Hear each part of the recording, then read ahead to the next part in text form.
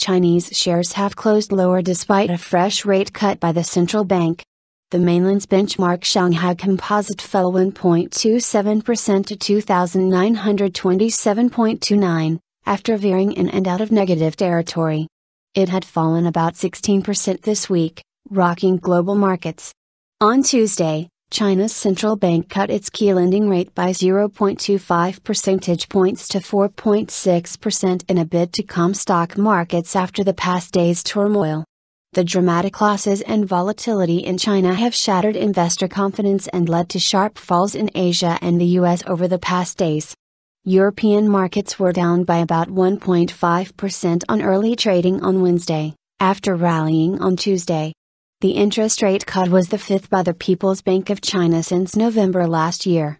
A rate cut will make it cheaper for banks to borrow from the central bank and will in turn make it easier for businesses and private people to borrow money from those banks.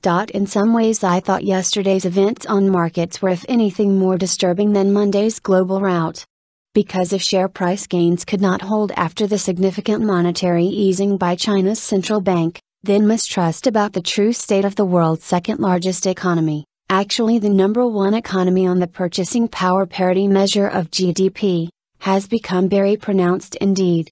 And another thing, the Chinese interest rate cuts will exacerbate the phenomenon that has caused so much stress in so many different global markets, from commodities, to foreign exchange, to stocks and bond, the fall in the Chinese currency, the RMB, since it was allowed by Beijing to float more freely on 11 August.